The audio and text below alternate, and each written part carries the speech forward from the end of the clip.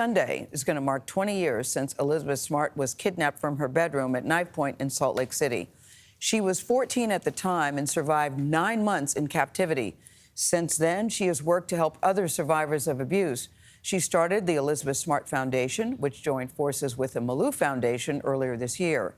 In April, they hosted a summit in Salt Lake City to fight child exploitation and sex trafficking. We spoke with Smart there in an exclusive interview, and she reflected on her experience 20 years ago. We have to warn you here that some of the details are disturbing. You know, it was the beginning of the worst 9 months of my life. This morning, a desperate search for a kidnapped 14-year-old Utah girl. In June of 2002, the lives of Elizabeth Smart and her family were changed forever. Elizabeth, one of 6 children, was sleeping in the same room as her 9-year-old sister when a man broke into the house and took her away. Here you are, 14 years old, supposedly in the safest place on earth, in your home, in your bed. And you wake up and there's a man there with a knife to your throat. And he takes you out of the home. What did you think was going to happen?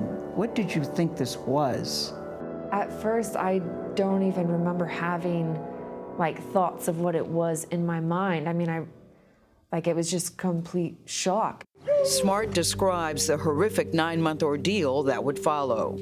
It took a terrible turn for you that very first night. Yes. Well, and I mean, after that, my thoughts did go to, he's gonna rape and kill me.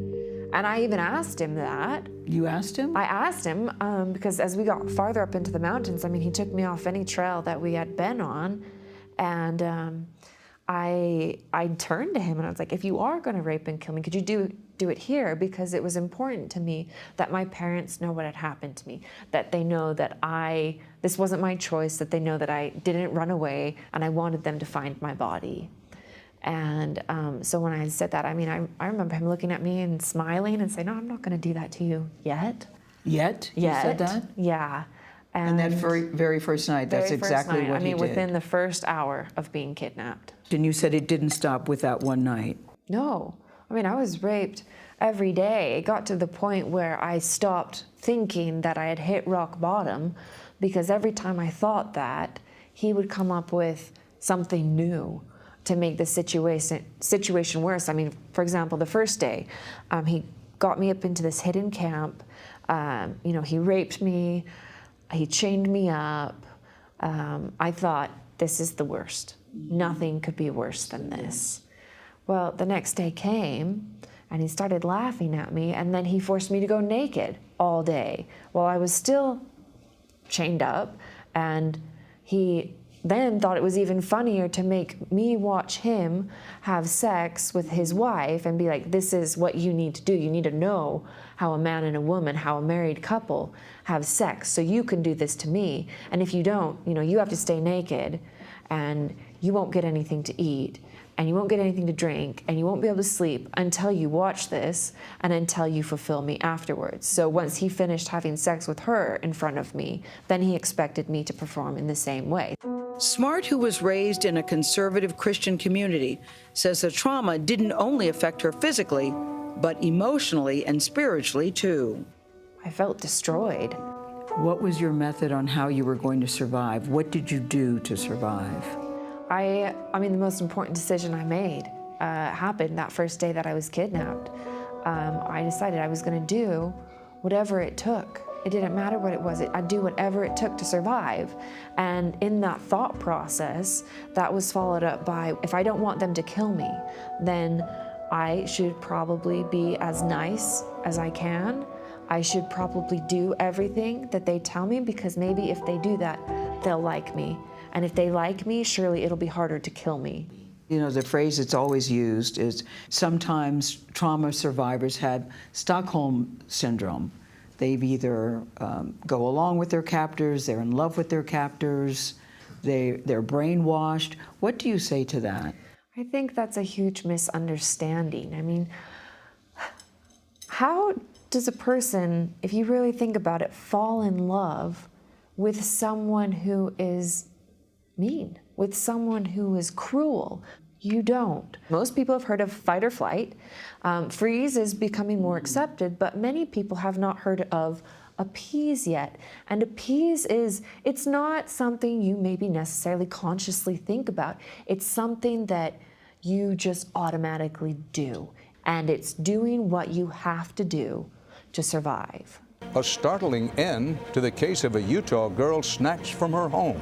We're here to announce officially that we have found Elizabeth Smart. It was such a glorious day, Elizabeth, when the news broke that you were found and you were found alive. The prayers of the world have brought Elizabeth home. Police were tipped off by eyewitnesses who spotted Smart and her captors near a Walmart in Utah's Salt Lake Valley.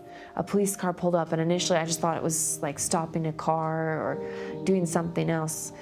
But then another one pulled up and another one pulled up. 48 Hours interviewed the police officers who approached her. She says, I think I know who you think I am, but I'm not that person. And we asked, well, who do you think we think you are? And she says, that Elizabeth Smart girl.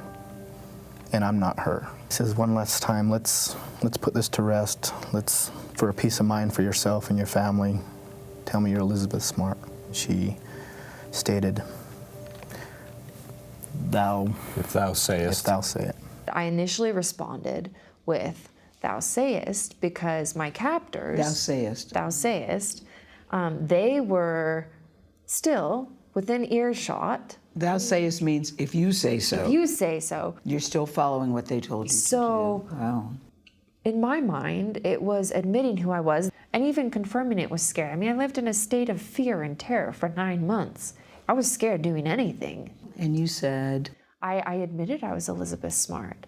And I actually remember thinking that I made a mistake. I mean, they put my hands behind my back and handcuffed me and put me in the back of the car. You were, I didn't know that. Yeah, I was handcuffed, and I thought, why did I say that? I guess I said the wrong thing. Why would they handcuff me? They must think I'm lying or I've done something wrong. And I mean, in their defense, I honestly don't think that anyone had ever been in that situation before. I don't think there was a best practices back then. I don't think anyone thought I was going to come back alive. And Smart says to this day, her parents have not asked her details about her time in captivity. Never in the 20 years since I was kidnapped have they ever sat there and been like, tell me what happened. As an adult and a parent myself, and an advocate and a survivor, I look back and actually I feel a deep gratitude that they did not pressure me into telling them anything.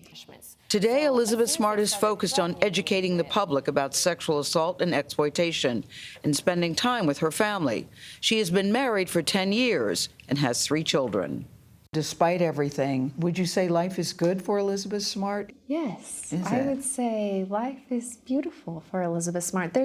My life's not perfect. No, I get mean, that, my life's yes. a hot mess a lot of the time. My family's not perfect, but I am happy because even beyond all of our imperfections, all of our hot messes, I am surrounded by people who I love more than anything in the world and who I know love me. Wow. Yeah, she's deeply loved. You know, the couple that kidnapped her, Wanda Barzee, the wife, spent more than 15 years in prison before she was released in 2018. Her husband, that's Brian David Mitchell, remains in prison serving a life sentence.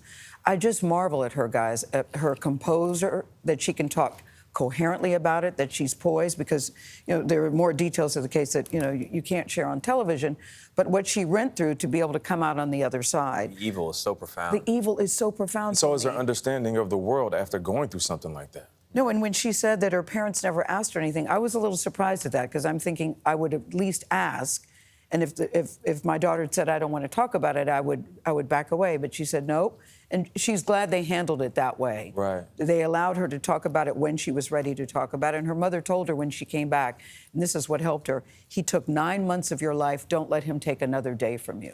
He took 9 months, don't let him take another day. And I was curious about her falling in love and finding intimacy. And she said, I could do that, Gayle, because it was my choice. there's a difference. I know the difference between rape and I know the difference between true love. And I could fall in love with the man that she has married because it was my choice. Yeah. She's remarkable. After dealing with so much trauma, I'm glad she's speaking about it. Me too. Kidnappings happen all of the time. She will help many people. Yeah, you're She right will help about many that. people.